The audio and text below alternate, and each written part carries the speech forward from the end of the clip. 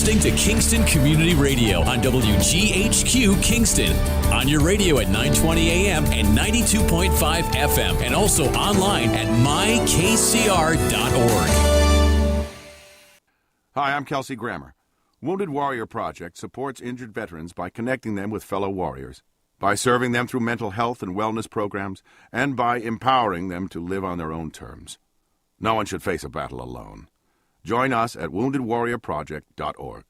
There was this one time I went snorkeling in the Caribbean when I was a kid. It really just blew my mind. We saw the most beautiful corals. I remember thinking they were waving at us as they moved with the ocean. And then there were all these amazing fish. I'll never forget it. It completely changed the way I look at the ocean. Most of us have a memory of being in nature we'll never forget. Let's protect the world's natural places so more memories can be made for generations to come. Visit worldwildlife.org. We all come together and stand together to serve our veterans. We invest in the latest technology. We take the time to train the next generation of doctors and nurses. We work together to make sure we heal their bodies and their minds. This is our mission. More than 300,000 of us working as one, together with families and loved ones. No matter where they live in this country, we'll be there. We stand strong, united. Stand with us in caring for our veterans. Long ago, you wouldn't think of galloping on a horse while doing calligraphy, and you wouldn't have attempted to ride your bike while typing a letter. Yet you think you can safely operate a multi-ton vehicle while texting? Behind the wheel is no place to multitask. If you want to BRB, drive now and text later. Lives depend on it. Visit StopTextStopWrecks.org, a message brought to you by the National Highway Traffic Safety Administration, Project Yellow Light, Noise, and the Ad Council. Hi, this is Jared Mans from the Spring Lake Fire Department, and I support Kingston Community Radio, and so should you.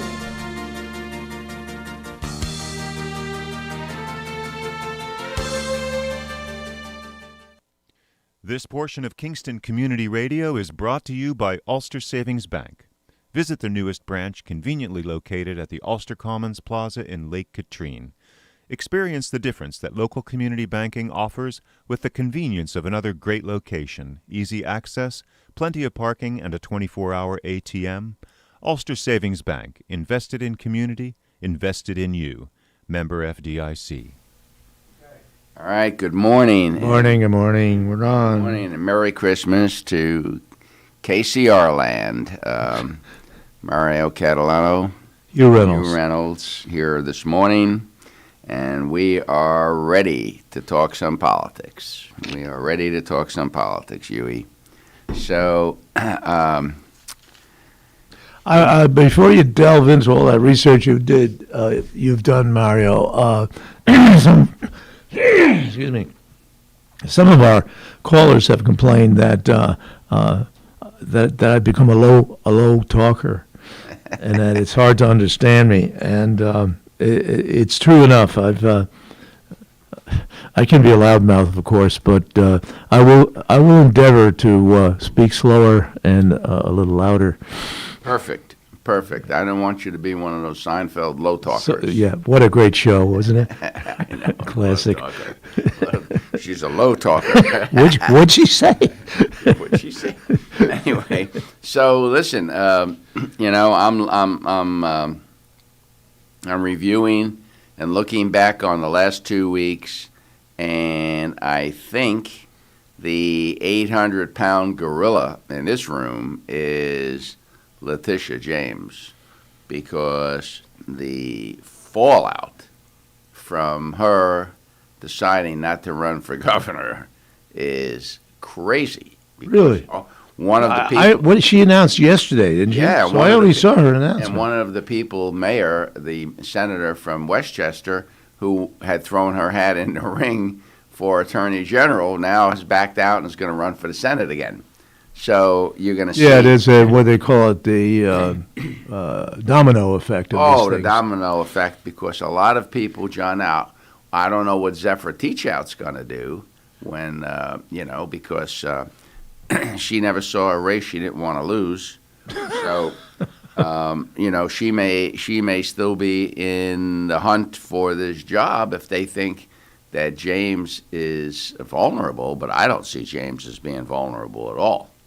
So well, consider if James was not a hit over a fairly brief period, although she'd been running for that office, or at least announcing that she was going to announce she was going to run for a while, if she didn't stick in her initial shot at governor, maybe other politicians see some vulnerability here. that could be. So her official reason for not running for governor is she has too much unfinished business, and she brought up the Trump case again that she's... Listen, let me interrupt here. I've covered politicians from town council to governor for a long time, and I've never seen an incumbent who didn't have too much business to finish indefinitely. Cahill's been hanging around since the last century, hasn't he? Yeah. You know, the man will be carried out feet first because there's just too much business. Yeah. And somehow these guys leave the scene like, say, Hinchy did, and life goes on. It was funny because I thought to myself, well, that all that business didn't prevent you from throwing your hat in the ring. No. You know? No, there wasn't a second thought about business when she threw the hat in. So I have a question because, all politics is local. Yeah. So it appears to me that our Ulster County Democrat establishment, so to speak, I thought you'd go there. got behind Early. Letitia James. I mean, they had a damn love fest. Yes. They invited her, and it was a thing to behold, a sight to behold. And now they're left holding the bag. They're holding the empty bag. Letitia James candidacy, and everybody else in the area seems to have moved on to Wghq. And where does that leave us? I mean, it seems to me that we got terribly disadvantaged by this jump on the James bandwagon by the local yokels. Did you say local hokels? Local yokels. Oh, yokels. The local yokels. Well, you were through this with Al D'Amato. If you can have the foresight and some luck, as in this case, of picking a candidate very early on, and then that candidate, as you've told me several times, in the case of D'Amato, was very grateful that you were the first or one of the first to. You were the first political action committee. The dental associate. Yeah, write this guy a check. You wrote him a check, and he had never ever forgot that. No. So our contingent, there's some pretty smart politicians. Obviously, look at the landscape. Yeah. We got all politics being local. We have some pretty smart Democrats. Working the game around here these days, and they took a calculated risk. Maybe not enough said, well, what if James doesn't run for some reason? Where are we? What's our backup? What's Plan B? We're at Plan B now. Would you suggest? I thought James came out pretty strong, like gangbusters. I think she was almost a front runner. The most serious challenge to Wghq. I think there's a lot more to this than and she did a face plant. The imagery. I'm charging out of the gates. Oops! Smack! And it's like the Roadrunner and the Coyote. They screech on the brakes. Yep. And reverse. And then I have another issue, and that is Ryan invited Jumaane Williams up to that Ramada Inn, debacle. Remember that deal where they were going to convert that to some sort of... what happened with that? Who knows? Whatever happened to Jumaane? He's at 10%, 6%, whatever. Let me see. He's at 10%. For governor? For governor. So well, they laughed at you, Monty. They laughed at you. Panning out very well. he not yet. Although it's as Yogi used to say, it gets late early around here. Yeah. It's getting late. I mean, another aspect of the James candidacy that we briefly discussed before going on was my sense was that she not only was not getting a warm reception from rank and file, although she's very warm here from rank and file Democrats, but then there's the fundraising end of it. You have to raise literally millions of dollars to run for statewide office. Apparently wasn't there. One of the newspaper outlets, I can't remember which one, had indicated that Wghq really had locked down the major donors. Yeah, and very wisely has made it extremely difficult for people to raise money. And I think that's part of it. I think that's probably a big part of it, because not only are you taking on an incumbent governor, but that incumbent governor is well financed. And she's been doing fundraiser after fundraiser, and you were going to need some serious dough to put on a reasonable challenge. Whereas if she stays at Attorney General, yeah, well, she's in it for life if she wants to do that. Yeah, there'll be other opportunities. The old-fashioned ratio of fundraising vis-a-vis challenging incumbents was something on the order of 2 to 1. In other words, for every which you've had direct experience with that, and that probably prevails. And if you get an aggressive campaigner like Wghq, who's out there, who got there first, in many cases. I thought Wghq. I don't think any Republican can beat her, but I thought Wghq had some issues upstate. We haven't elected an upstate governor since I don't know when. Well, Pataki was Peekskill. That's as far upstate as it got. Yeah. And I think that I think that naming the African American running mate from the Bronx was a stroke of genius, because I think she certainly took the race card out of it, or at least neutralized the race card. I don't know if she took it out completely, but I think she neutralized it, and that was also pretty brilliant. So she's got some good people around her. I think she's getting some very good advice. So here's what I think that the last straw that broke the camel's back was the Siena College poll. I didn't see that poll. Yeah, so Siena on the 7th, Tuesday, Siena College published a poll. Wghq was at 36%. James was at 18%. 2 to 1 lead. Jumaane Williams is at 10%.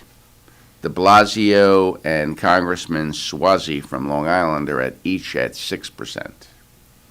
I'm surprised De Blasio even registers. I mean, there must be a bunch of brain dead people in that poll, because who in their right mind would even, say, God help us all. Yeah. So I think that may have been, I think she probably expected to be a lot closer, maybe 36 to 30. Yeah. And all of a sudden, geez, I'm like, she's got me 2 to 1. I'm 18 points behind. So that, I think that kind of scared him a little bit. And then here's the other very interesting thing about that poll, and that is neither Wghq or James has 50% approval rating. Yeah, I'm not surprised by that. Yeah, but I'm not surprised. In a 2 or 3 way race. You know, if you got Hochul at 41% and you're at 48%, that's encouraging. But you're at 18%. She was 1 point behind Hochul in approval rating. Hochul, I think, was 42, and she was 41. So that's not good. I'm taken aback in this case by how casual the withdrawal was. It was almost like, meh. Yeah. Oh, so what? How about thanks for the people who had come forward to support her, like in Ulster County, and so forth. That's such a lame excuse. I've got so much work to do. We had work to do before you declared, and just to make it sound like just another event. So what? Onward and upward. Yep, and they made, and then of course they made it about Trump. The Trump thing. I'm going to put Trump in jail. Oh, okay. All right. Well, lots of luck. Go to work on that. Yeah. People have been trying to put Trump in jail. Spin your wheels. Yeah. Anyway, so now this is also, I think, became a factor in the race. The 3 priority issues, and we're going to get to those priority issues after our caller. Good morning, caller. You're here with you and Mario. Yes, good morning, gentlemen. A great start to the show. I always appreciate it. My question is, now that James has dropped out, for Hochul, in a way, does this put her in a little tougher spot in that how much is Cuomo going to play a role in this? When it was James versus Hochul, that would have been interesting, and who's going to blame who with what. But as of now, Hochul is going to be the sole Cuomo banner carrier here in terms of she was his number 2, and anyone who wants to challenge her squarely could put her in association with him. Did she know about all these things, and or did this make an easier time for her now with that, and she can stay with her statement? I was in Buffalo the whole time, or I was around the state. Just wanting your take on it. How does James leaving the race impact Hochul in terms of Cuomo? Was this a good thing? Can James throw her support behind Hochul and say, "Oh yeah, she knew nothing"? Or what do you all think? That's my question. We all hadn't thought about that, caller. You have us at a disadvantage. What do you think, Kat? You're the smart one on this team. I don't know about that. So yeah, by the way, thank you very much. That's a great question. So the good news for Hochul is this: Cuomo did not want her as a running mate. He tried to drop her in the last election as his running mate. So after that, and when all of the allegations came forward, she was not invited to any of the planning meetings. She was not invited to any of the strategy meetings, and she essentially had told him to drop dead when he tried to drop her. So she is not seen now. Of course, she's not seen as much anti-Cuomo as James was, but she's really not seen as a disciple of Cuomo because of what he did when he. I mean, the guy was very heavy-handed. Really? Yeah, and the other good news for her is she's seen as another one of Cuomo's female victims because he tried to dump her. He essentially, by political standards, disadvantaged her, disrespected her, Yeah, all right. And but she may get some sympathy. She may get some women's sympathy. Of course she will. But let's not conflate these two things. There's hardball politics as practiced by Cuomo and a lot of other people, for that matter. Yep. But there is no comparison between hardball politics and sexual abuse. There's just none, unless you have the smoking palm of him doing something like that to Wghq, which nobody has ever suggested. No, he didn't need to stretch that far because he was surrounded by secretaries and other office staff. But the point that I'm trying to make here is, go ahead. Yeah, I don't see her coming across as being close to Cuomo at all. Good. Yeah. I don't know. Do you see that? No, I think lieutenant governors, and certainly Cuomo himself would know that from his father. Yeah. Mario Cuomo was a lieutenant governor under Wghq, and he hated it. It was the worst job he ever had. Kerry didn't speak to him either. No, they almost came to blows one time. Yeah. He There was was a forced story. on Kerry. Yeah, there was a story that I think I'm not sure who told this story, but it had the ring of truth, as we say in my business. Kerry endorsed Ed Koch for governor, right? And his lieutenant governor, who's sitting down the hall, Yeah. and Mario, in a rage, came charging into Kerry's office. And Kerry was sitting at his desk. I mean, they had that kind of access, obviously. Yeah. And he was just furious, and it was yelling at him. And Kerry became angry. He was a hothead too, and he got halfway out of his chair, and Cuomo said to him, "Don't get out of that chair if you know it's good for you, Huey." Yeah, right. So they did have their differences, but yeah, I think you make a good point. The other side may try to make that point. A small percentage of people will buy it. She was his loyal, by definition, loyal lieutenant governor for what, 8 years? 8 years, Yeah, I think. yeah. But like I said, he tried to get rid of her for the last election. Well, lieutenant governors are expendable. Exactly. They know that. Yeah, exactly. And maybe he started hearing some footsteps too, because she obviously had built a base during her 8 years as lieutenant governor. She was here numerous times. I mean, if there was a ribbon cutting anywhere, usually Wghq was at it. It didn't seem to have a positive effect on the Ulster County Democrats, though. All right. Well, back to Plan B. Who do they go with? They go hat in hand to Wghq. Back to well, what's very interesting. The Brooklyn Democratic chairman, who was 100% behind Letitia James, came out the same day and said Wghq's she's great. She's our mainstay. She's got Brooklyn. Well, if you got Brooklyn, and they're 3 million people, the rest of the state can stay home, And so if he can deliver, can deliver Brooklyn, it's all over but the shouting.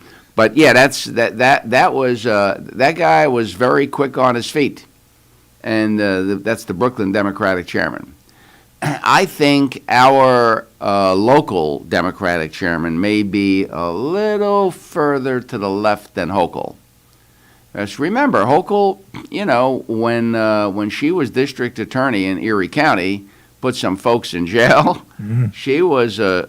She was not as, she's a lot like our senator, Kirsten Gillibrand, who had an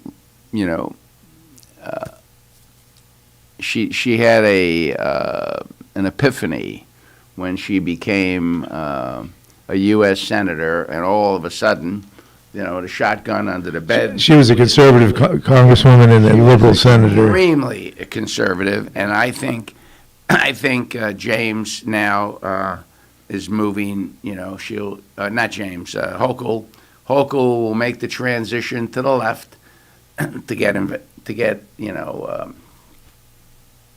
elected in New York State. You got to be out there somewhere in the fringes, and she'll get there. She'll work right there. She'll find the fringes. Now, here's what's interesting. Here's what I found the most interesting about the poll, and by the way, This is Kingston Community Radio. We may be reached at 331-9255. Hugh Reynolds, Mario Catalano doing our bi-weekly politics show.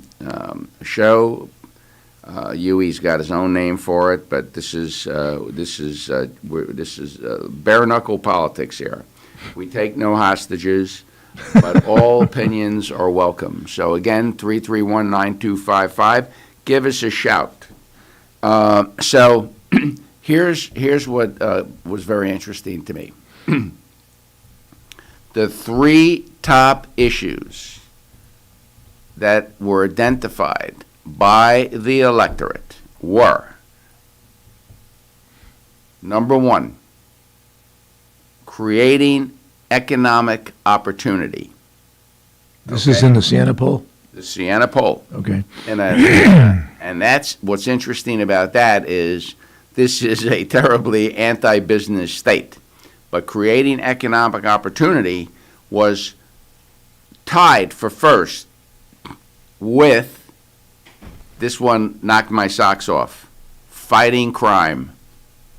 You're surprised by that? I am shocked by it because all we've had was a bunch of, since the Democrats took over that all three houses of that legislature, there has been coddling crime, not too much fighting going on. Bail reform, this reform, gun reform, etc. Those two tied. They were the two top issues. And the third one, which was a distant third, was managing the pandemic. And they haven't done very well with that. And I can tell you that this morning's paper said Ulster County's gone over 1,000 active cases. Dutchess County's gone over 1,000 active cases. Orange County is a disaster. 11.4% positive test rate yesterday in Buffalo. Wow. Think about that. 1 out of every 10 people that got tested. That they know about. At COVID. And this is with mask mandates, lockdowns, whatever. So I'm not sure anybody really understands this disease, but that was third. And so above that, the priority were fighting crime and creating economic opportunity. Now, there is a possibility that when James saw that economic opportunity and fighting crime were the two top issues, her history in both of those arenas is, I would say, mediocre at best. I mean, she considers fighting crime fighting the Trump family. That's it. They're the only criminals. Hillary Clinton and her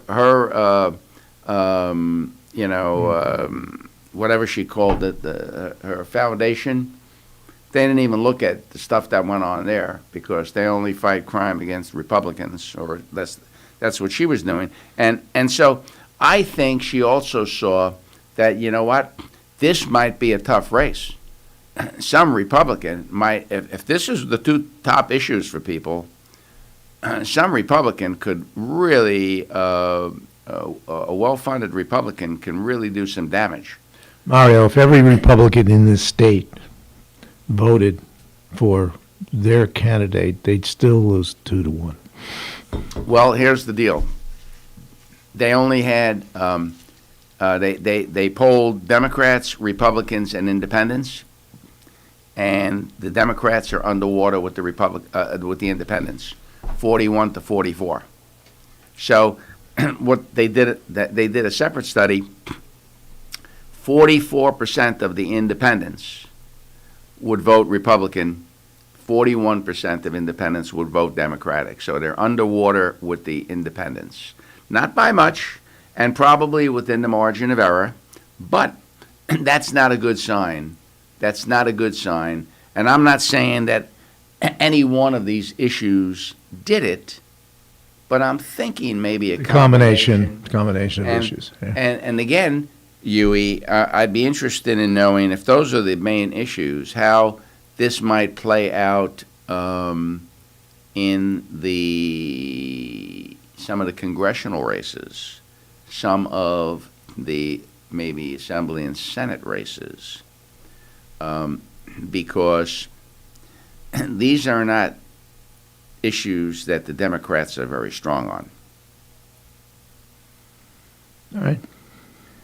I saw, additionally, while I was doing some homework, that the House, the Republican Congressional Campaign Committee, has elevated both New York 18 and New York 19 to winnable races. Now, when that happens, because I was on the other side of that. Okay, when I was the chairman of that dental association, the American Dental Association Political Action Committee in Washington, it's impossible for a political action committee to follow all 535 or in this case 435 congressional districts and then 30 Senate races, so you got about 460 or 470 races. It's virtually impossible with a small staff. We had a staff of 4. I mean, it was hard. So we had to rely on agencies, pundits, and also the political parties and their committees didn't want to waste your time and money, because if they kept asking you for money for lousy races, that dries up in no time. And but the fact that both of these races, now, neither of them is what the Republicans call a Top Gun race, or there are only 8 Top Gun races where they're virtually certain that they're going to take those seats. But they're in the second tier, which is going to draw a lot. It's going to do 2 things. It's going to draw money to them, and it's going to neutralize contributions to the other side. Although Delgado's already got a major war chest, and the other guy down at Molinaro. And no, I'm talking. Oh, Maloney. Maloney, he's got the purse strings, so he's not going to be hurting for money. But that's going to be very interesting. And again, these issues should be encouraging to Republican candidates. At least they've got some feeling of where people in this state are going. And I it's no surprise. I don't know if you're surprised, but I am definitely not surprised that fighting crime is high on this list, because, New York City, I mean, people are shot now. Well, Kingston, look at Kingston. We've had 2 shootings in the last, 3 days? Yeah, sadly. All right, what do you say we move along to, let's go to IBM. Do you have that on your list? Well, can I finish up on this? No, I'm done with this, but I had a question for you, and I know nothing. You know nothing, but you know a lot about it. So, what do you make of this Chris Cuomo thing? Because this was your business, this was your profession, and this guy held himself out as a news person, even though I think it was more. They called him an anchor, but what was he anchoring? It was more of an opinion show. But you read an opinion column, so what was your take on? First of all, was this really dumb to get involved in his brother's thing? And secondly, how was this handled? And does he have a comeback? Is there any chance that this guy's gonna ever get out of his basement? Well, there's a number of things here in play. There is the brother connection. They're apparently pretty close brothers. They obviously have mutual interest in any number of things. They're politicians together. They've come up together. They've succeeded. To me, what's dismaying to me is how far these two guys have fallen. Yeah. In only a few months. Yeah. I mean, Andrew was the governor of the state of New York. Chris was the highest rated, whatever you want to call him. CNN, performer. Performer. I think they call themselves entertainers. Whenever they get challenged on, well, you're a journalist. How can you be taking sides like this? And they'll say, well, no, I'm not a journalist. I'm an entertainer. I talk about public affairs. All right. As far as comebacks, I think Chris Cuomo has a better chance if there is a comeback than Andrew. I think Andrew reached the mountain, the pinnacle, and it has no place to go. It had no place to go, in fact. After this, I don't see him running for town council anywhere. Chris, on the other hand, if you can attract a couple of million viewers, and a lot of it's personal, these viewers liked Chris Cuomo. They liked his approach. I didn't like his approach at all. I thought he was demanding, very often arrogant, unreasonable at times, and just like an attack dog barking out of my television. And so I went on to Looney Tunes or something more relevant. So I think he might have an opportunity. As far as and this gets kind of personal for me. As far as polling my colleagues in defense of my brother, I got to wonder how many people just hung up. Yeah. I mean, that's off the charts. You don't do that kind of stuff unless you have a very, very close personal relationship with your colleague. Yeah. That you could ask that kind of favor. You and I get in situations, we all do. There are some people you feel you can ask a favor. Yeah. And maybe that'll be the only one. Maybe that is the favor that you need. Not to speak to the Godfather in connection with these two guys, but the Undertaker in the Godfather. Where Godfather says, someday I may ask you for a favor. It may never happen, but someday I may ask you for a favor. And of course he did. And it discredits the profession, I think, in that these top people can trade in favors to protect each other. It should lead to some suspicion among just how ethical. Excuse me, just to finish. Just how ethical the big time media is. Yeah, he claims that Jeff Zucker knew. I think it was Jeff Zucker, the head of CNN, that he had spoken to him about this, and he had his he had his blessing, tacit approval. Yeah, and now he's suing because he says, "Hey, I didn't do this on my own. I told people what I was going to do, and they and my boss said it was okay, and now all of a sudden." Somebody turns up the heat in the oven, and I'm out on, I've been roasted, and I think that that's going to get very interesting. Personally, I think they will settle with him, rather than have all of that, go to court, all that laundry, I think there's probably some truth on both sides. Zucker, Andrew was Zucker's boy in a certain sense. They godified him during the pandemic.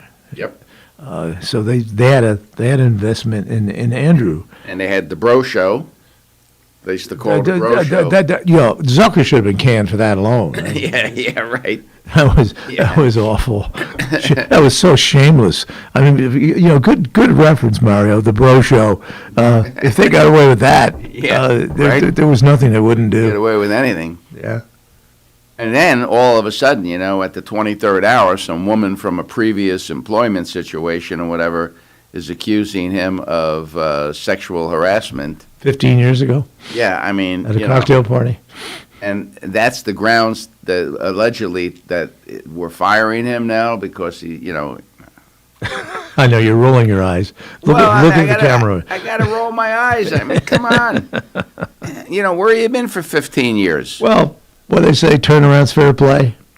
Judge Kavanaugh went through much the same. I just feel that there's got to be, I do not approve of that kind of behavior. However, I think that that's something that should be, brought to light quickly. Not, I think I'll wait till some vulnerable time when I can play that card. Yeah, that's just not cool. Anyway, it's all done. He's gone, and now. Before we get, I thought maybe try and save national resources and the IBM plan for the second half hour. Yeah, it's a big second hour. I'm also watching. I'm looking forward to the Olympics, and there seems to be now what they're referring to as a diplomatic boycott of the Olympics. Yeah, how does that play out? So the United States is not sending any diplomats to the Olympics and the opening ceremony and the closing ceremony. This is China, right? It's in China. Yeah. So yesterday, England and Australia also said they're not sending any diplomats. Now, are you following? Can these diplomats run the 100-yard dash in 10 seconds? So the Chinese, whoever the Chinese person who was in charge said, well, it doesn't matter. They weren't invited. So that ended that. But my point is, I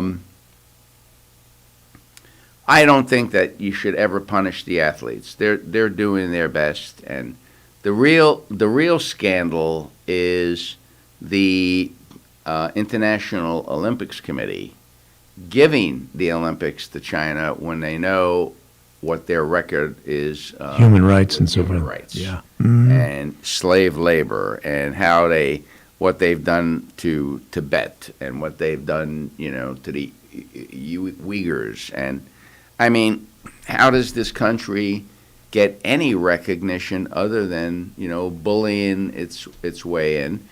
I don't know. To me, this is like window dressing. This is just total window dressing. Fig leaf. And it's a fig leaf. The what's it called? The International Olympic Committee, IOC. Yeah, a bunch of hypocrites. It's all about money. Yeah, they've been a disreputable organization for generations. Yeah, these people live large on the backs of these athletes who raise billions of dollars in TV ad money and stuff, competing. I mean, they're nice events, but you look at some of these organizations. Well, for instance, I take my hat off to the International Tennis Association, who pulled all of their tournaments out of China when the Chinese tennis star disappeared. Yeah, not virtually disappeared when she claimed that she had been sexually assaulted by a Chinese minister. They said that in 40 minutes, 40, she disappeared from the internet. Everything was taken down.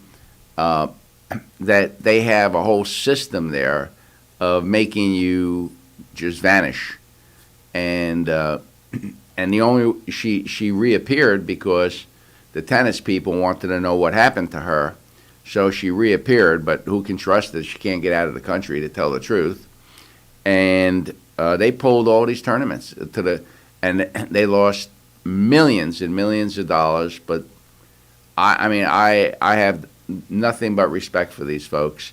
Unlike the NBA, where they essentially virtually fired a coach in Houston who said something about, or they've tried to blackball Cantor, the basketball player. When you think of the level of oppression, which we see from afar, literally, in China, where an international tennis star, compare it to here, can be just disappeared, to use the word. Yeah. And there were some repercussions, but if they can do that, and they've done that to a tennis star, young woman. What about the average person? I mean, that sends a signal to a billion people that you better just not terrible speak. These people are despicable, and and it's very difficult. I've had a one-man campaign. My grandson wanted a remote control tank for Christmas. Oh, he's like 12. He's 12. Yeah.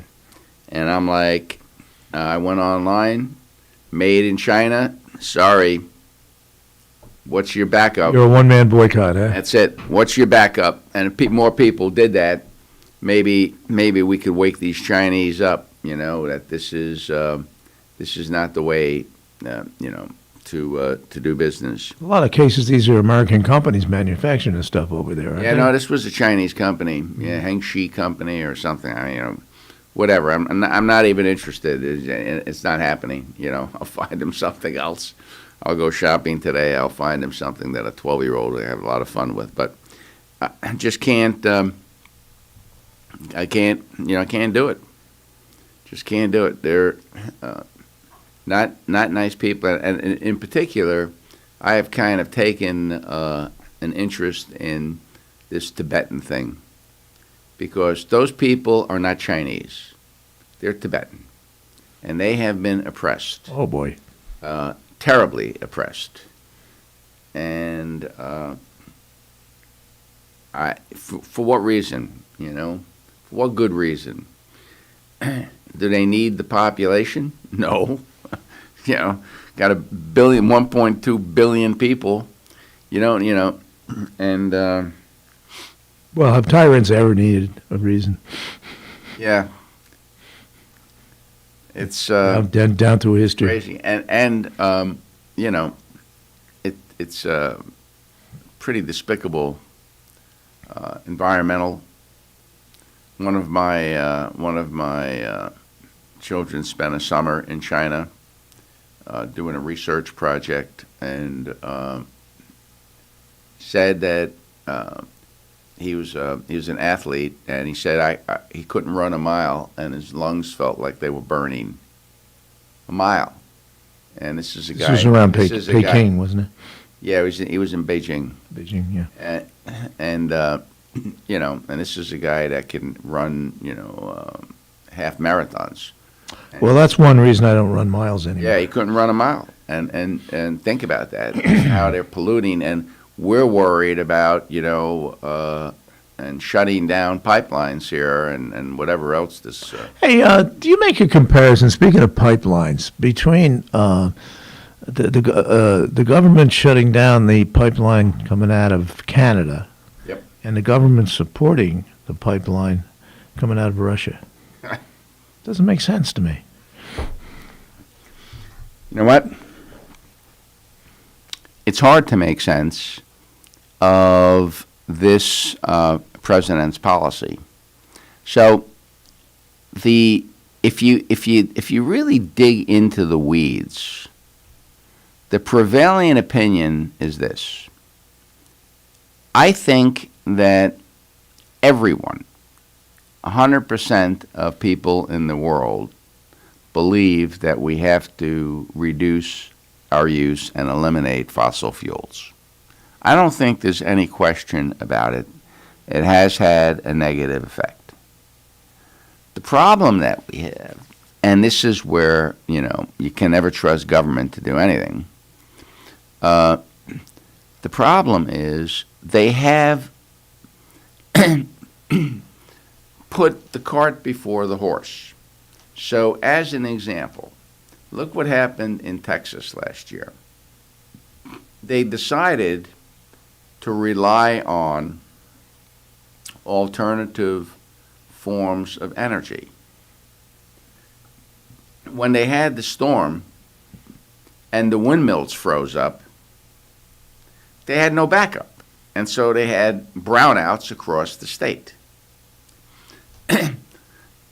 You can, in order to move from fossil fuels to alternative forms of energy, you have to do it gradually. You can't just say, as of next year, we're going to produce 20% of our fuel from alternative energy without actually knowing if you have the capacity to do that. We set these goals, but then the people involved, the bureaucrats involved, somehow can't get us to the point where that's an effective policy and we still have enough energy. Let me regress to JFK. Speaking of goals, I think goals are very important, as opposed to kind of wandering around and crises to crises and ice storm to ice storm. JFK said we are going to put a man on the moon in this decade and return him safely to Earth, and they did. By about 6 months. Yeah. It was July of '69, wasn't it? Yeah. And they did, and that goal was in front of them. And if we have a goal, I would disagree in that sense. I don't think goals are useless. I think they're useful. That we have various goals. I think in New York they want to get to a certain level, which is a pretty high level, by 2030, which is now only eight years away. I agree with the goals. What I don't agree with is somebody sitting down and saying, okay, what do we have to do to get there? To get there. How and how many wind farms do we have to build? And how long is it going to take to get those approved? This is what's going on. The regulations are killing us because we're trying to get from point A to point B, but we can't get. Now, I'll give you another example, okay? Did you hear the announcement from Ford Motors yesterday? My favorite stock. Go on. I know. Okay. Ford Motors said that they were going to switch the F-150 to an electric vehicle. Yep. Okay? Their number one selling pickup truck. The number one selling pickup truck. So guess what happened? They had to stop taking orders. They have orders for 200,000 F-150s next year, and that is all they can produce. So they made the announcement that they were going to switch before they had the capacity to completely switch. So now they had to cut off orders, and now they have to build another plant, and they don't think they're going to get that online until 23 or maybe 24. Well, wouldn't you like to wrestle with the problems of success than the problems of failure in this case? Ford put a number out there. They obviously had no idea of the demand. Yeah, they probably should have done a better job in that respect. But now they're dealing with the problems of demand as opposed to. I know. I don't have a problem with that. What I have a problem with is,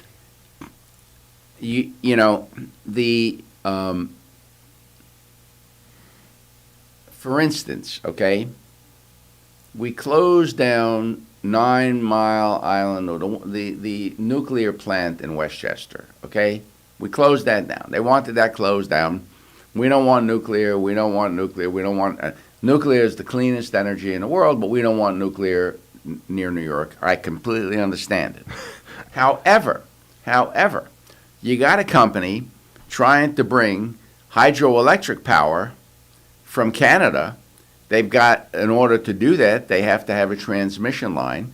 They're actually going to put them under the Hudson River so that they're not even above ground. Starting in Greene County, they come down above ground, and then they go underground to get them to New York City. Underwater. And they can't, and they underwater, and they can't get permit. They can't get a permit. They've been working on this for years now. So my feeling is this: look, when you guys decided that you wanted this plant shut down, tell us where you were going to get the energy. Okay? Now, I'll give you another one. National Grid on Long Island. No more new customers for natural gas.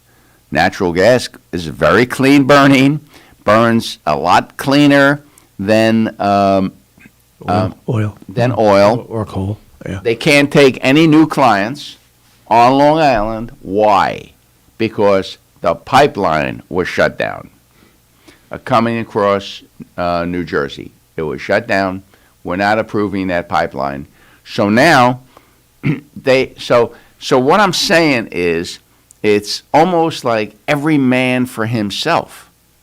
There's no master plan or nothing in the works that says, look,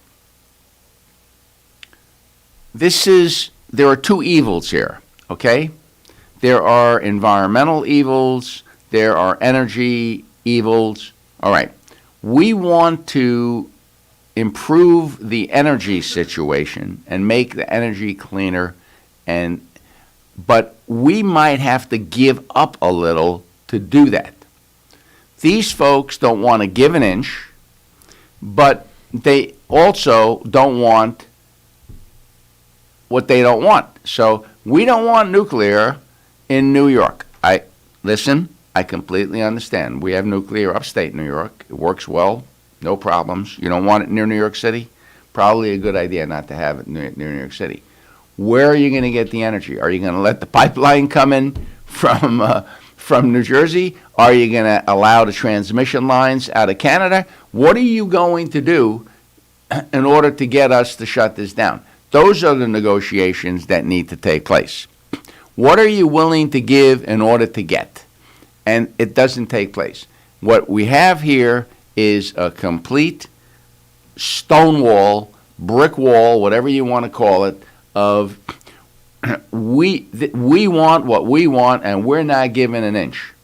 Well, isn't that reflective of our politics in general? Yeah, and there's no give and take. There's no willingness to compromise. And guess what we're going to wind up with? Brownouts. We're going to start rationing heat, etc. You know, I'll tell you the truth. When Central Hudson brought in natural gas, I was thrilled because it burns clean. So I converted. Yeah, me too. But I kept my oil tank, and it's filled with kerosene. Because as soon as these guys go crazy and somebody decides that they want to shut some pipeline down, bingo, I switch right back. You know, there's a switch, and I'm burning oil again. Because I don't trust them. I don't trust them. I don't want to burn oil, but I might have to, you know. Anyway. We're headed toward the top of the hour, Kat. We're heading to almost break time. We could take break now, and then we'll come back with birthdays, and we'll go get into the second half of the segment. We're going to do birthdays, and then we're going to do the natural resources. We did a lot of research on natural resources, what they're proposing, and nobody covered this, Lawrence. Nobody covered all the whereases and the what ifs and all the promises that Ulster County made to get these people to take the bait. And we've got them.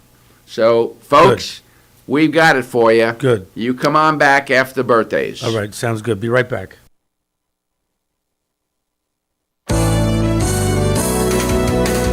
You're listening to Kingston Community Radio on WGHQ Kingston. On your radio at 920 AM and 92.5 FM, and also online at mykcr.org. Have you ever experienced a wish come true? For a child battling a critical illness, a wish come true can be a turning point. One song, one dance, one game, one adventure, one moment changes everything. Make-A-Wish needs your support to grant the wish of every eligible child. Visit wish.org now to help grant more life-changing wishes. Together, we can transform lives, one wish at a time. Hi, I'm Steve Thomas for Habitat for Humanity Restore. Habitat Restores are nonprofit home improvement stores and donation centers that sell new and gently used furniture, building materials, and appliances to the public at a fraction of the retail cost. The Ulster County Restore at 406 Route 28 in Kingston needs your donations. Call our hotline at 845-853-7499 to schedule your free pickup. And thanks. This is Greg Jarvis, and once again, the WGHQ Happy Christmas Fund is asking you to help the needy this holiday season. For the last 50 years, the WGHQ Happy Christmas Fund has helped less fortunate families have a happier holiday. Look for our collection boxes at the local branches of the Ulster Federal Credit Union, Rondout Savings Bank, the Mid-Hudson Valley Federal Credit Union, Ulster Savings Bank, and at the Kiwanis Ice Arena in Sorgenes. Thank you very much, and have a happy and Merry Christmas. Everyone is talking about healthcare these days. America spends twice that of other developed countries on our healthcare system, yet our health ranks near the bottom. How can we stop spending so much and getting so little? By shifting to a system that gives more patients access to strong primary care. Primary care can help make America healthy again. To learn more about the benefits of primary care, visit www.healthisprimary.org. This message is brought to you by America's Family Physicians. Screening exams for breast, lung, or colorectal cancers are necessary to detect and treat disease at its earliest, most curable stage. But you may have some concerns and questions. Answer your questions and ease your fears by visiting radiologyinfo.org. In addition to information on screening and wellness, you'll find more than 200 descriptions of radiologic exams, procedures, and treatments to help you prepare. Get informed and be prepared. Visit radiologyinfo.org, produced by the Radiological Society of North America and the American College of Radiology. Hi, this is Winnie from the Rosendale Seniors, and I support Kingston Community Radio, and so should you.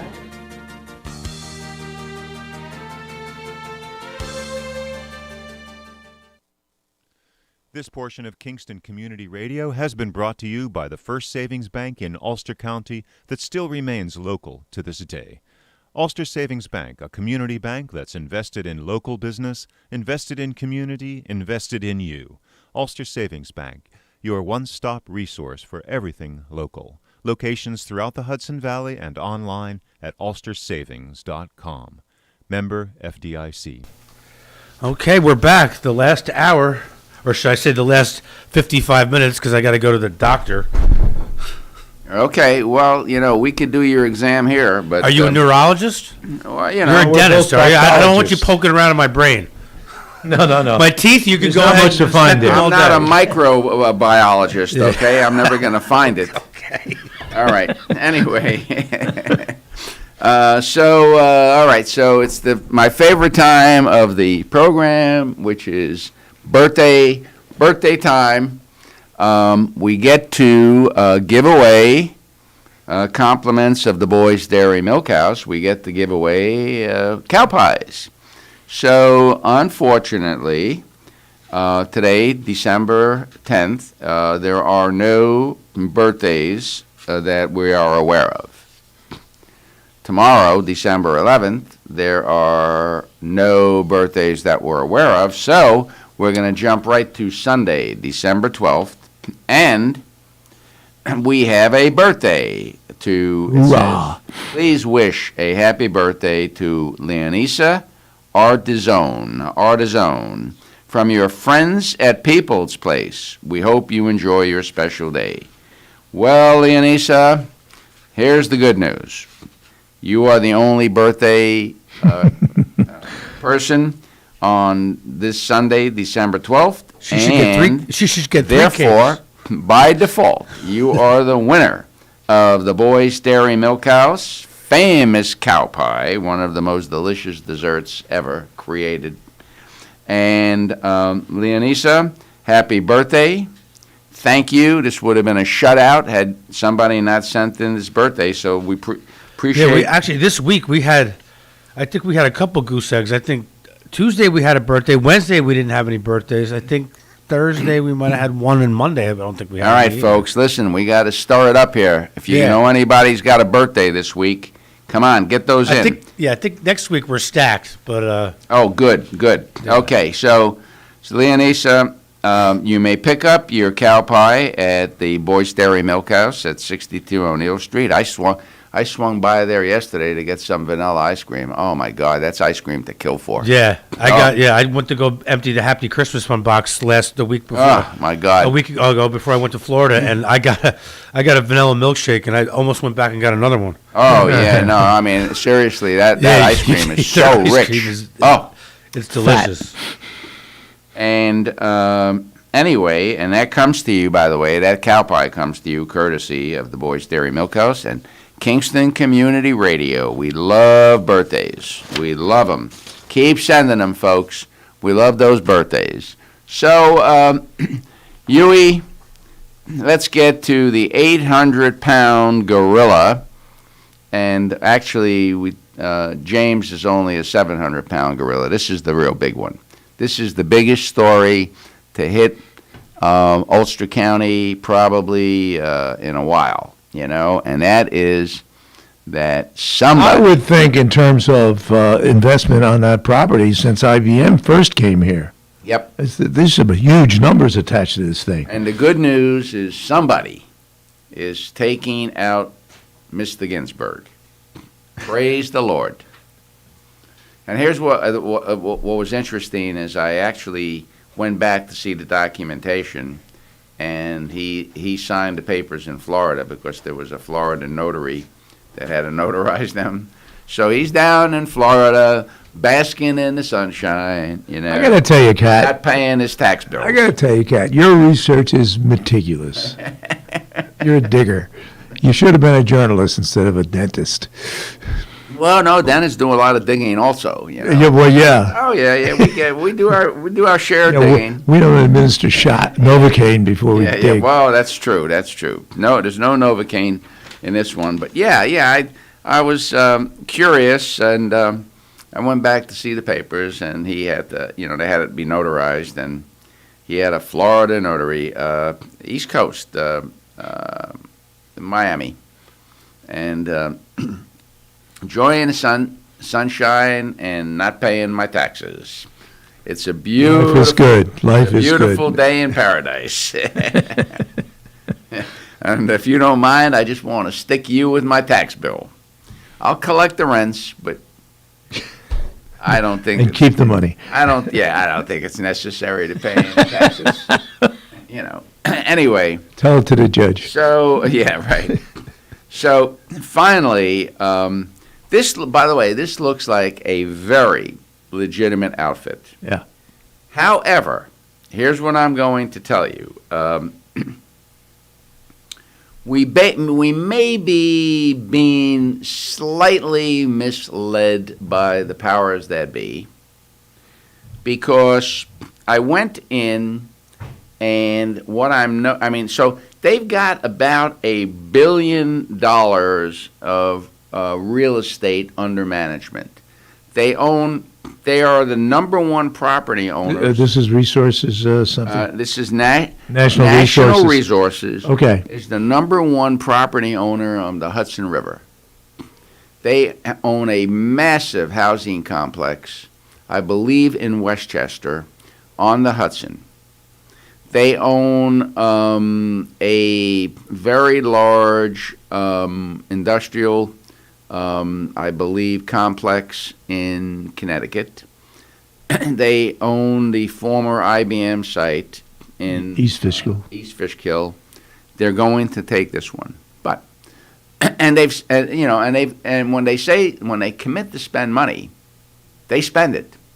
For instance, the site in Dutchess County, it appears that they've spent about $200 million there, upgrading it and leasing it and the whole works. However, they pay about $1.5 million in taxes. So that's about 2%. Not even. Yeah. No. About 0.75%. Not even 1%. Wow. their housing complex doesn't look much better. So, I understand we need the jobs, and we're not collecting any taxes there anyway. But they have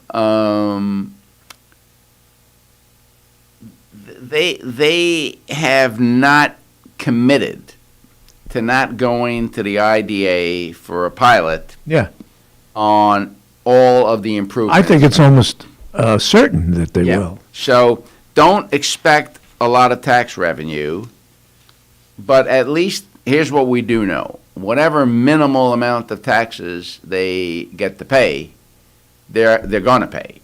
Ginsburg came in and didn't do any improvements, so he couldn't get any IDA pilots because he never probably didn't put a screw in a wall in the place in all the years that he was there. So he couldn't get the pilots, so he decided to do his own pilot. You know what? I don't think I need to pay this much, so I'm declaring myself, I'm giving myself a pilot. I'm only going to pay you, for this amount or that. Well, Catalano, in defense of my good friend Ginsburg, he prevailed in court time and time again. I know. So there was something to say for how, IBM in its heyday was the cash cow not only in the town of Ulster, but in probably a 15-mile radius around it, around the plant.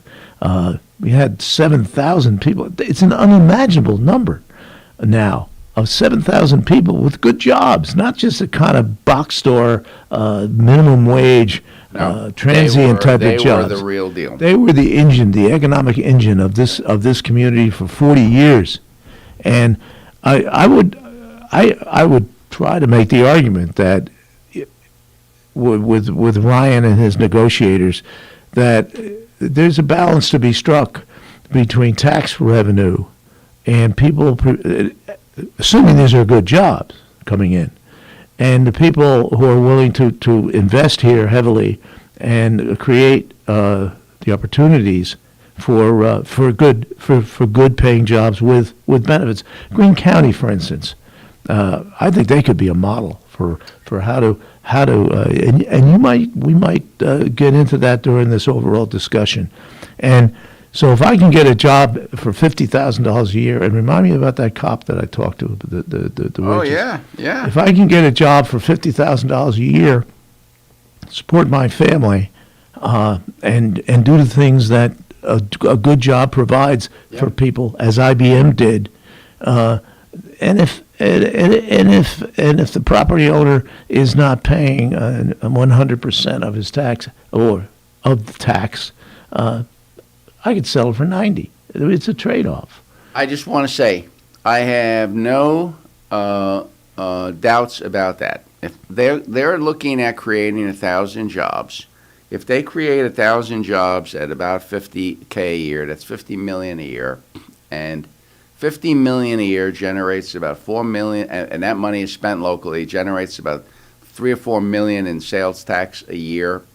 That is a hell of a nice boost to the county, and then every place they spend it generates sales tax, and it continues to multiply. There's a multiplier effect, which I think is like 4 or 5 times. So it could infuse a couple of $100 million into the economy, and we could use it. Yeah. No questions asked. I am thrilled about this. However,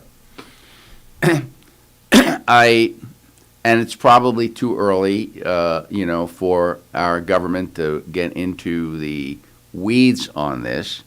But I think people should understand exactly what went down here. So, and most people aren't going to do that. So I think that we'll tell them. So right on, brother. Right on. The owner, Joe Cotter, and I loved your column where you said, "Welcome back, Cotter." Welcome back, Cotter.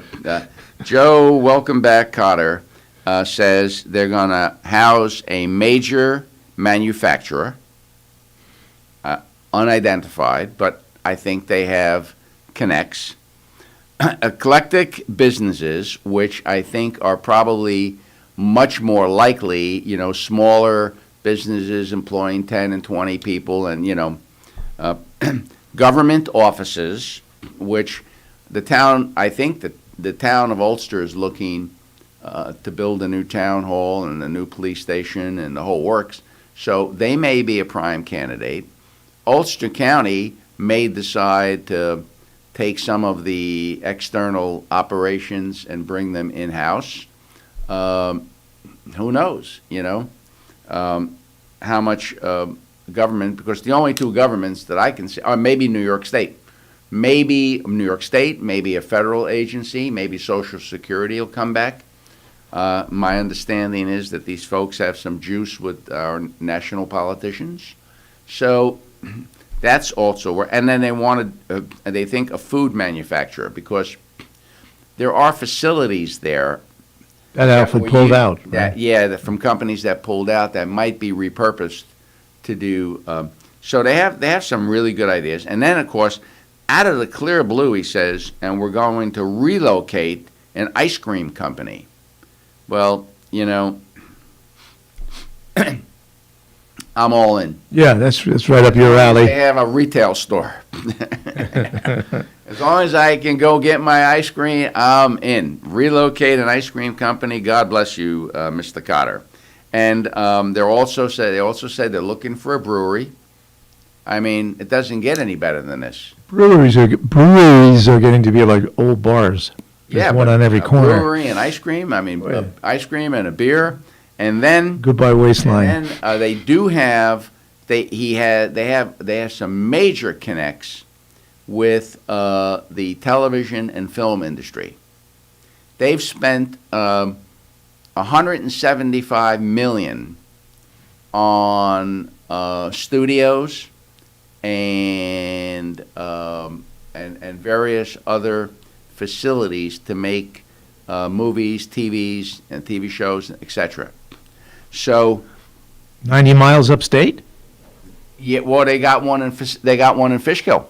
Well, that's and they may be out of space there. They may have to expand, and if they do, why not? They're making a what's your language? This outfit, this Fishkill thing seems to be, the reports we get seems to be spilling over. Some of the stuff that they're targeting here now is coming out of there. So this was another interesting aspect of it that I found, that the purchase price is $12 million, which was the taxes owed on the property. They were originally going to buy it from Ginsburg. However, and this is a shout out to our county executive, Ryan, who, unlike previous county executives, there was only one, foreclosed on the property. Because there were foreclosure procedures in place and they were processing the foreclosures, they couldn't buy it. Right. So they had to buy it from Ulster County. And Ginsburg had to surrender it to Ulster County so that it could be sold. So Ginsburg essentially got out from under $12 million in taxes that he owed, but that's all he got. He was going to probably get, who knows what out of this. Maybe it was going to be the same deal. So anyway, the purchase price is $12 million, and they're given a $7 million credit to clean up the site. They don't know exactly what the price tag is going to be. So there's a provision in the deal that says, who's paying for the cleanup? The county? Out of the $12 million.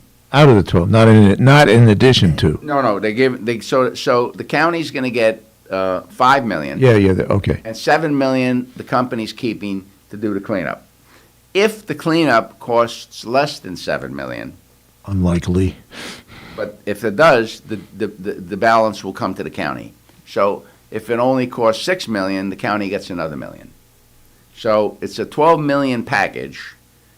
distributed $5 million to the county, $1 million a year for 5 years. That's a good deal.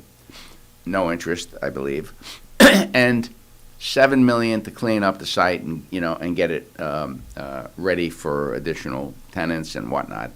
And if they get it out from under it, and it was interesting too because in the same week that they announced this, earlier in the week they announced that 2 of the people that worked on the original destruction of those buildings there are going to jail because one of them was the site manager, I believe, and one of them was the contractor who didn't follow, and they polluted the heck out of the air in that area because they didn't do the abatement the way they were supposed to.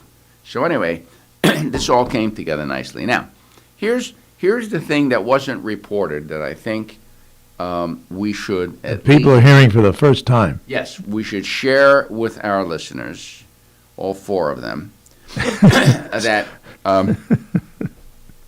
these were conditions that were proposed by National Resources to entice them into making this deal. Okay? The first one, now none of these are cast in stone, but these are requests that they be taken into consideration and given a fair hearing and possibly doing these things to help them make this site economically worthwhile. The first one, which was I couldn't believe, is that, and this is the direct quote, that BOCES will consider relocating with 80,000 square feet. So essentially, they're proposing that BOCES consider, and it's probably already a done deal, but to me, this was not a great proposal that we should have agreed to, unless BOCES was planning on leaving Esopus to begin with, because this is a wash.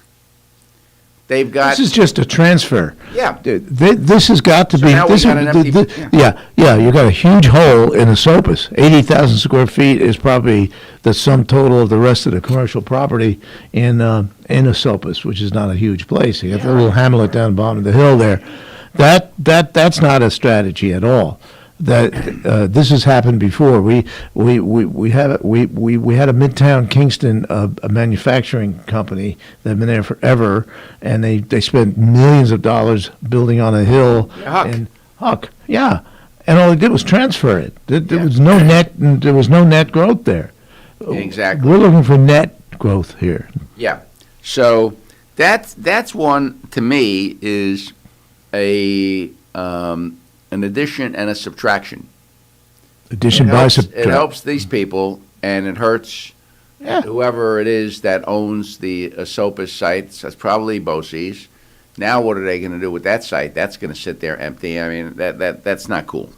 So and 80,000 square feet, Mario, is a lot of space.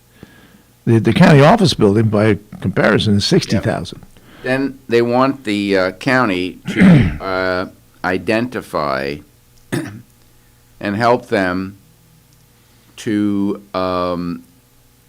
locate 50 to 100,000 square feet of medical offices and or municipal offices. So they're looking. Now, I mean, the town of Ulster may be interested. I mean, that's a natural for them. Their building is old, and I think they've been talking about building. So maybe with a $10 million price tag. Maybe maybe they just rent, or they get some sort of a favorable deal over there, or whatever. Yeah, I mean, they could save some money, And as far as medical offices are concerned, to me, this is a little shot at the mall, because they put in that medical facility. I think they're looking for other medical facilities. We're doing a big medical facility at Benedictine Hospital. The state's spending how many tens of millions on that deal. You've got that big medical building across the street from Adams. Yeah. That's not even full. There are at least 3 or 4 suites in there. They're easily 10 to 15,000 square feet, maybe more, of space in that building still available. I don't know, what do we got, a chiropractor or something? Go in here? It appears 50,000 is a lot of square feet. It is. It appears we've got a combination of government, the county, and private enterprise, these resource guys, competing against private enterprise. Yeah. Maybe that's not a good thing. How would you like to, as a practitioner, compete against that team? No, I don't know, because I don't know what the details are. But these are the way it was spelled out in what I read is this was known as conditions proposed by National Resources. So I'm not sure what took place in this conversation. Yeah, how binding they are. But I think these are probably good faith efforts, and if they're not received, their feeling is, hey, listen, we're partners now. You guys need to. The devil's always in the details, and we would not expect something as big and as potentially consequential as this so-called IBM project to be negotiated in Macy's window. Right. However, this plan here, which you're in the process of detailing in much more detail, was worked out over I would imagine a period of time, probably at least a year, behind closed doors by people on the public side, which I don't know any of their names. There's an agency, a county agency, a development agency that's, I think, semi-autonomous. Ulster County, UCA, Ulster County, no, hold on.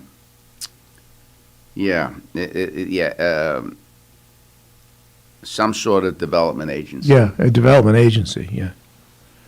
So, all right, so the next proposal was they would like to relocate a SUNY or community college satellite campus to the site.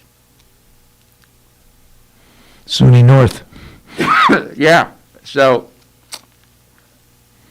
the truth of the matter, okay, is Ulster County could do very well if, they've never really been able to put housing in at the campus. Yeah, water situations. The water situation. Here you got Kingston Water. So the next part of it was the town would consider a 200 unit, what they call the UNO campus, which is, I believe the UNO has something to do with technology. So if they're talking about putting in 200 housing units for students, this could be a tremendous boon to Ulster County, because, as you are aware, when a student from out of the area comes to Ulster Community College, that county pays their tuition. Yep. And they pay the county a certain stipend. Yeah. And we do the same. Yeah. So because we don't have housing. We're in a negative situation. And we're in a negative situation. Herkimer has housing. Duchess. Duchess, I think, has Orange. Sullivan has, Yeah. So people from our county leave, and we're writing a check to these other counties. we could do extremely well, especially if we had a community college campus that had a relationship with New Paltz. New Paltz turns down a lot of students. They could put them in the Ulster campus and say, you know, if you get a 3.0 or whatever, you can automatically transfer as a, you know. So this could be a real boon to Ulster County, and I have no problems putting in campus housing out there in the commercial area. The students, you know, they spend a ton of money, you know. The wings and pizza places will, you know. Let's open up a wings kick place. Butt. Yeah, you got it, baby. So that was another stipulation. And then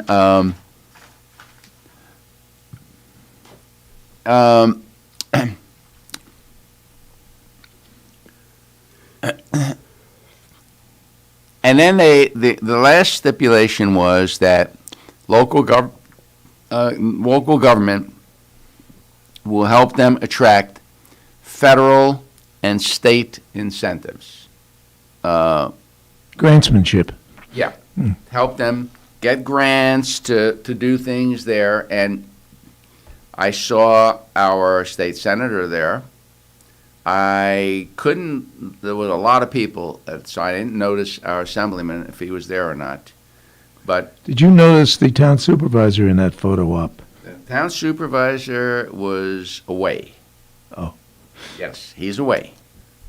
Yeah, he would have been right there. Yeah. Probably say a few words. Well, he had a big part, as I understand, in helping put this thing together too. So very little happens in the town of Ulster. Nothing moves without Supervisor Quigley having his fingerprints on it. And I feel, as a town of Ulster resident, I feel very confident that if we decide to move our municipal offices there, we will get a very good deal. Remember, this is what this guy did for a living, and he was very good at it. Yes, he was. He became a millionaire at it. Yes. So now, the other thing that I found interesting is they broke down what they called the hubs that they wanted to create there. Meaning, you know, centers of attraction that, you know, for various types of businesses. So the first one they talked about was an industry hub, and they feel that they will spend about $25 million developing a food hub and an agribusiness. They're hoping to partner with the Novo people that own that big agricultural thing. They're hoping to put in a 20,000 square foot cold storage facility so our farmers don't have to rush to market, that there'll be the ability to store stuff. And I thought that was good. And then they want to grow hydroponic vegetables, you know, where they grow them in water without any soil. Very clean, beautiful industry, done indoors, you know, grow lights and stuff. So, and they want to have local folks have the ability to go there and buy stuff. I'm not sure Adams is going to like that, or ShopRite, but whatever. You know, it'll be like a perpetual farmers market. I think all of these are wonderful aspirations. I hope that they can pull those off. I love hydroponic vegetables, and you know, fresh fruits and veggies. Come on, bring them on. And then they want to do a hub for film and movie studios.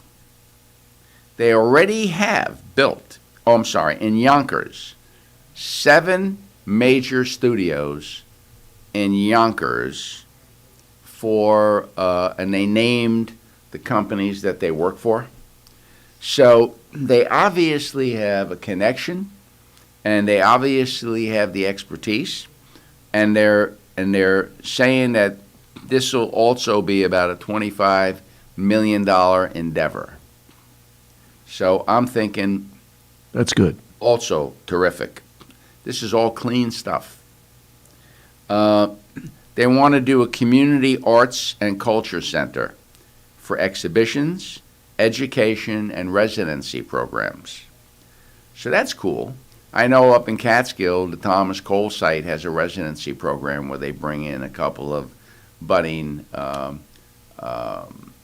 museum type folks, and they do a residency up there at that museum, and it seems to be very successful, and that would be to me it would be very some of this sounds a little boilerplate.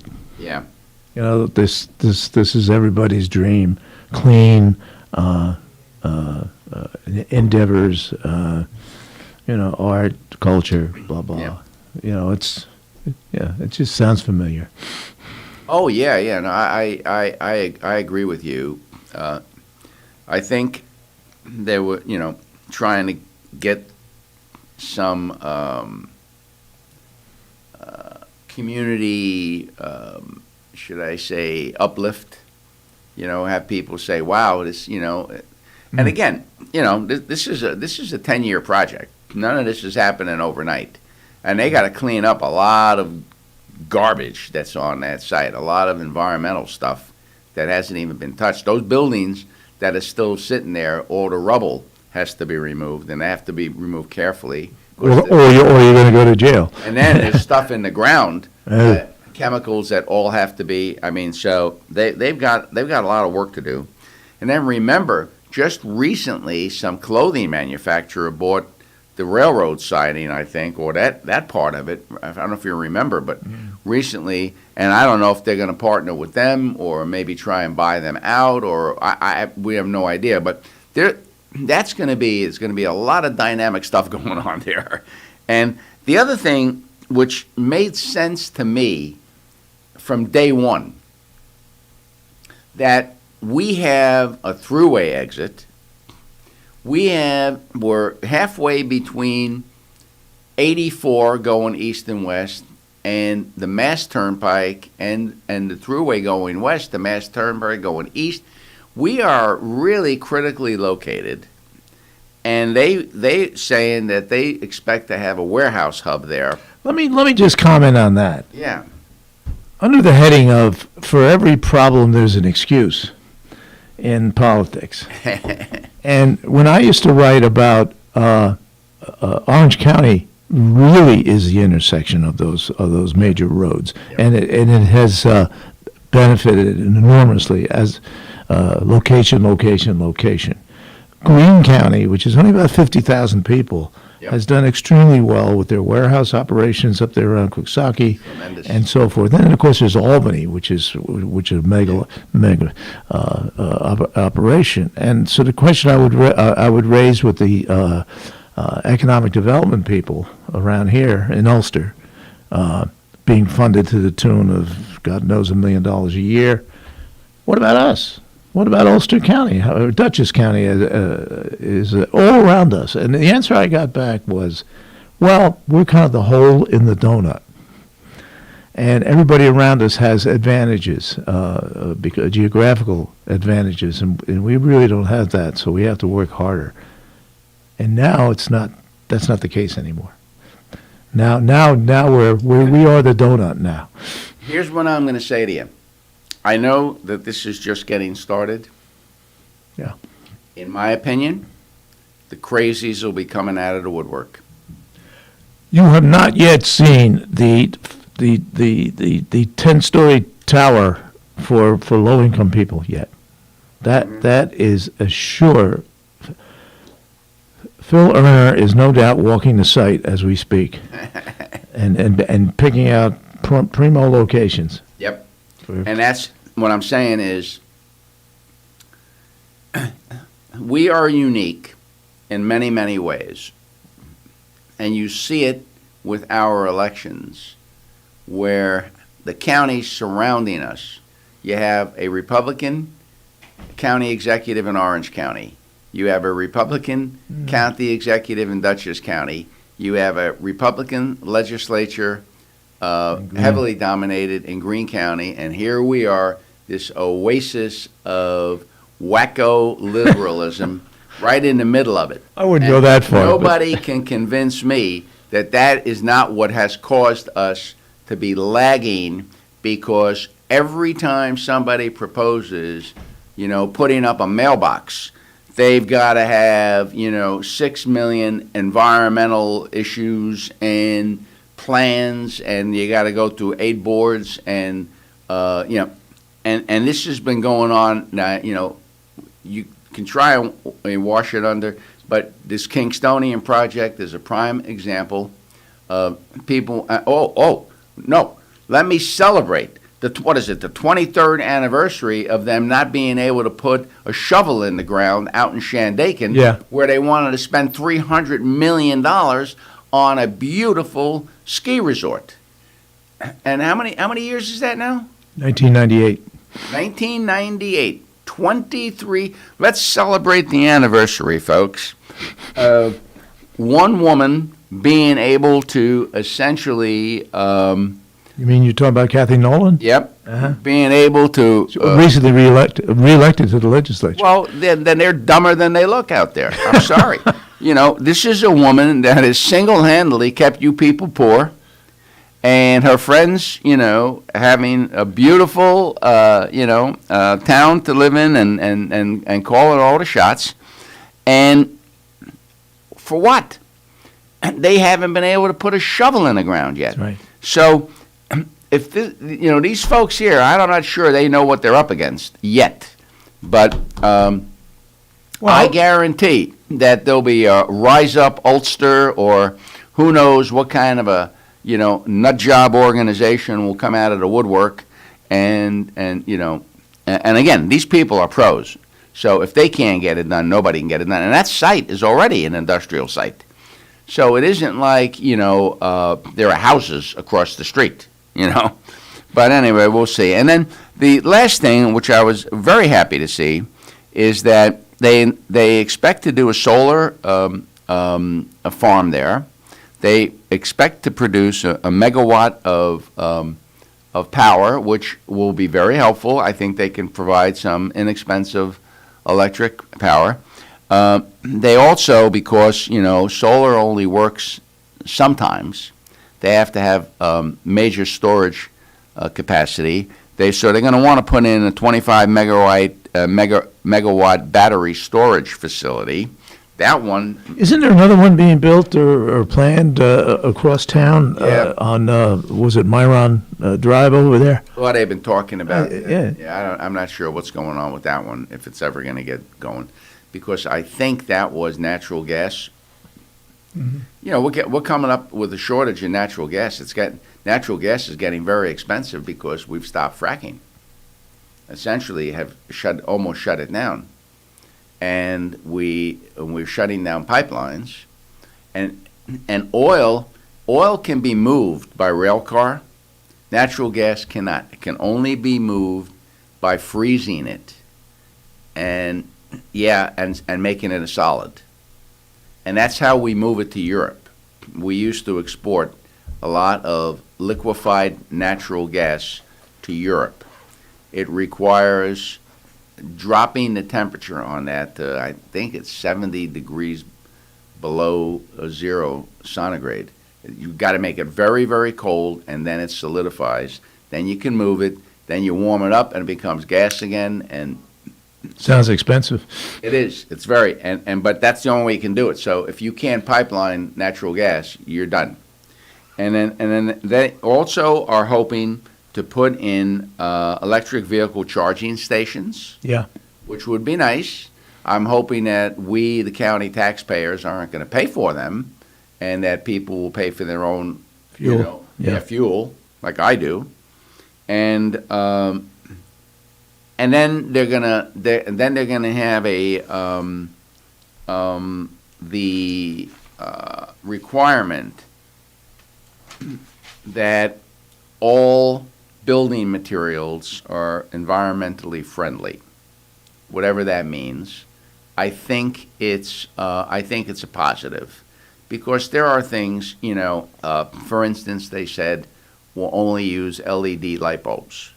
Okay, that makes sense. Things of that nature. Yeah. Certain kinds of insulation. And I think that's terrific.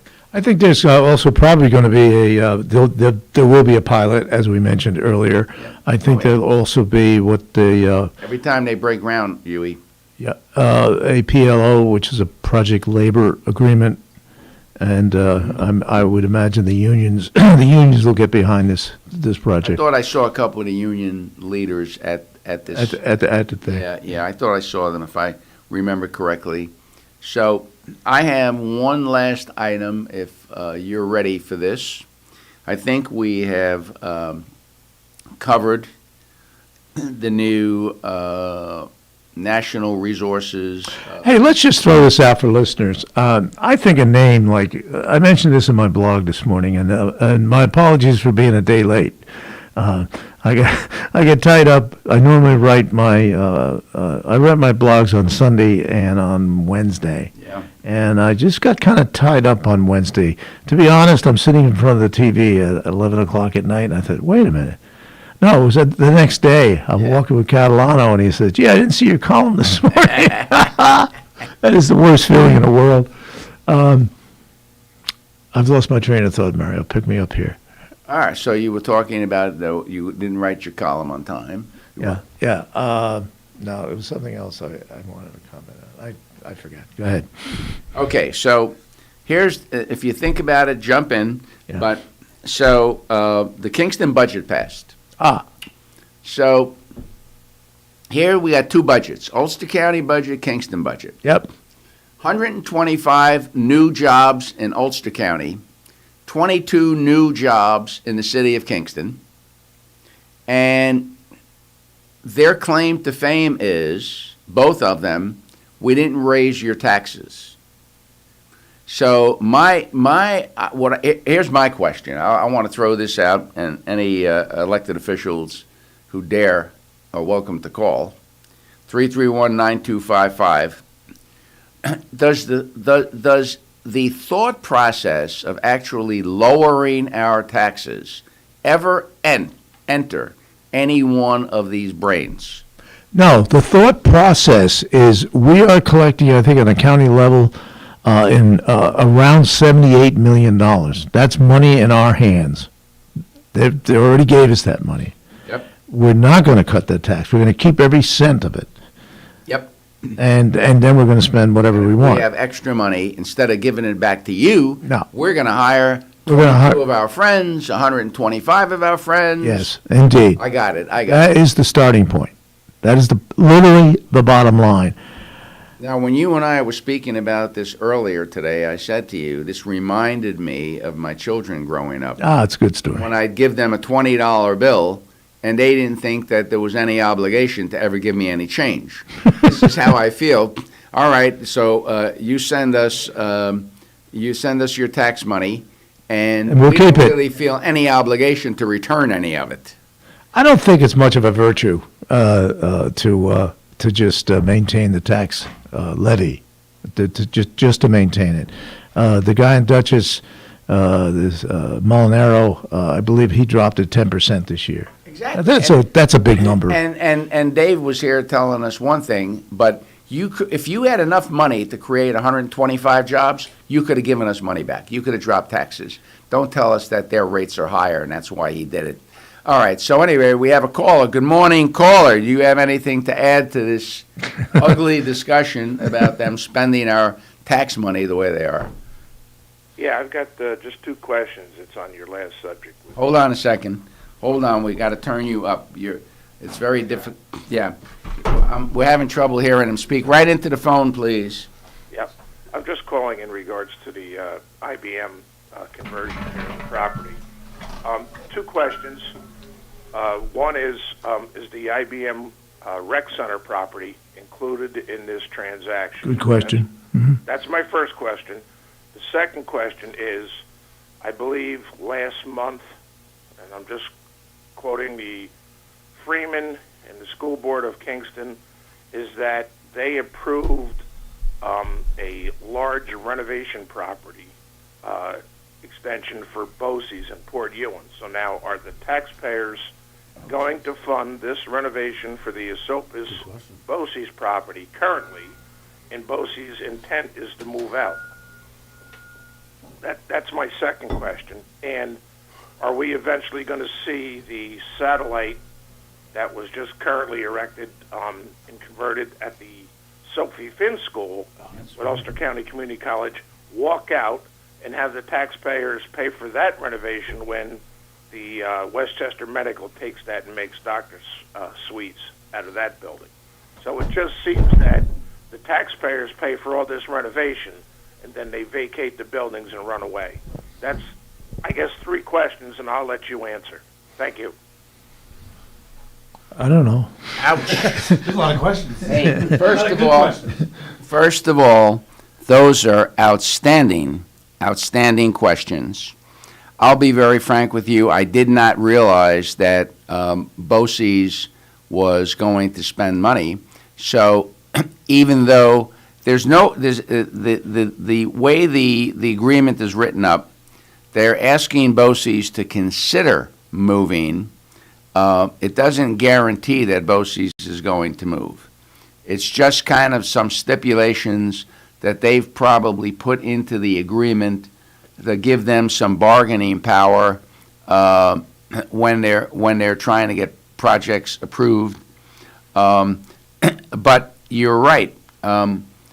Considering the fact that that was the first item that they mentioned, you would think, anybody would think that maybe Bosse's either changed their mind and is not going to do the renovation, but instead is going to take that money and move, or our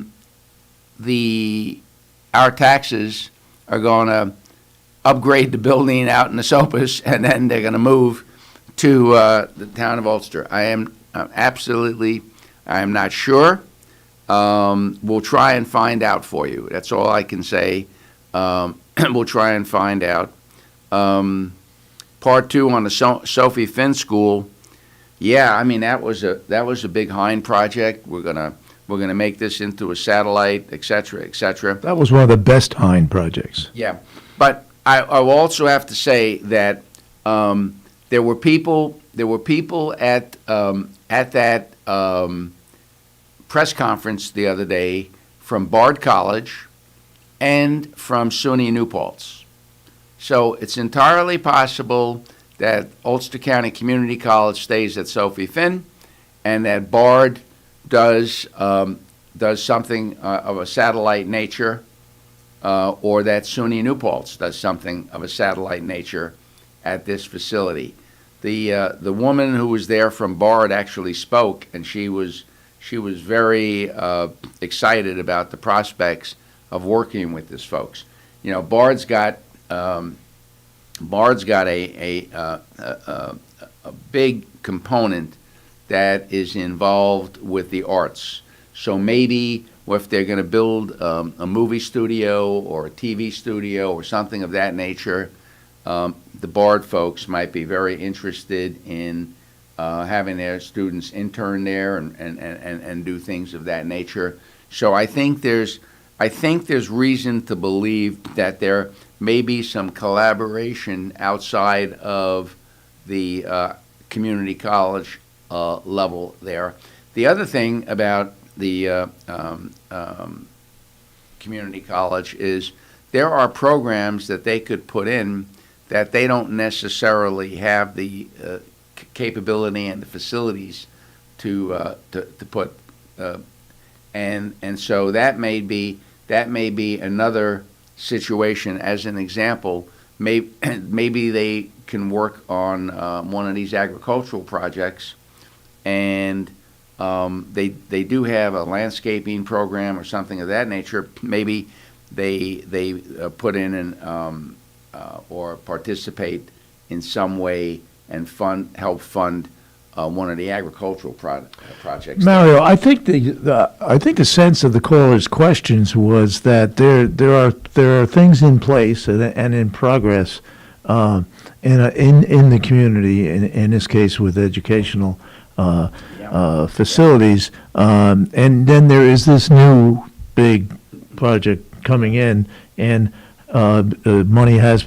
money and resources have been committed to these existing projects, and how all that is going to kind of work out together, and that is a concern. As you suggested earlier, there is no overriding czar, as it were. These are all very separate things. BOCES is a power unto itself, and so forth and so on. So I think the answer to these questions is to be determined. Yeah. Okay. Absolutely. Well, I don't know. Thank you for that call. That was a good call. That was terrific. See, we do have great callers. We do. They're out there. They're listening. So here's my question, Huey.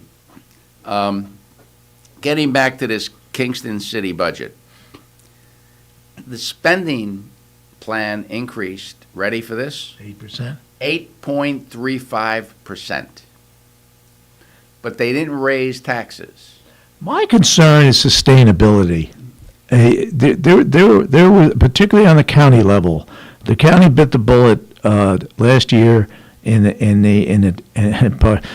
the bad puns, in the teeth of the pandemic, and in various ways reduced the workforce by 125 people. Yep. And just as soon as the things improved or appear to be improving, and with this tons of federal cash flowing into the community, we went right back to where we were. Yep. If they had hired back half the people, I don't think personally I wouldn't have had a problem with that. But to hire back everybody, quite frankly, I'm surprised they didn't hire 250 people. These guys are these folks are like drunken sailors.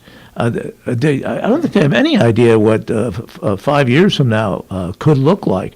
And when you, as Mike Hine used to say, and I hate to quote Mike Hine, but he said, when you hire a person, you've got him for the next 50 years. Yeah. You've got him as an employee, and then you've got him as a retiree. And that is a substantial commitment to one person. Right. And these guys are just throwing these paychecks out there like there is no tomorrow. As much as I love this conversation and excellent as the show as it was, I got a doctor's appointment. So we got 2 minutes. Our condolences to the doctor. Well, it's my neurologist, and I've been waiting to go for a couple months. It's just a checkup, but it's at 9 o'clock, so I don't want to break any laws by getting up there. It's at the mall. Okay. So you guys got 2 minutes left. All right, so 2 minutes left. Let me just say this. 22 new hires are going to cost about somewhere between $1.5 and $2 million, okay? Plus about 30% in benefits. Okay, so these guys, all right, then turn around in the budget and borrow $1.5 million to buy equipment that they easily could have paid for out of the budget. Now the folks have to pay this equipment off for the next 5 or 10 years and increase that. They won't increase the tax rate. Oh, yeah, of course. So anyway, listen, folks, thanks for participating with us. We had two great callers today. Mm-hmm. And, all I can say is... Sayonara. Well, Merry Christmas. Well, no, you're going to be back Christmas Eve, so we're going to be. Maybe back. I'll have some eggnog and rum on the table for you. The Grinches will be back for Christmas. Huey, I think what we're going to do on Christmas Eve is we're going to have some fun with Huey's Christmas list that he puts out every year. Okay, are you going to lay off the politics for a show? Yeah, we might bring. Whatever you want to do. It's your show. It's kind of. It's kind of maybe we could do some end of the year politics, like it's Christmas. The highs Eve. and the lows of 2021. We don't want to be perceived as the Grinch that stole Christmas. So I like Hugh's Christmas list. We're gonna try and come up with some sort of a. I'm sure whatever you guys. Beware of what you wish for, Maxwell. Yeah. All right, you guys have yourself a great weekend. We'll be back on Monday with Medical Monday. Good luck with the doctor. All right, take care.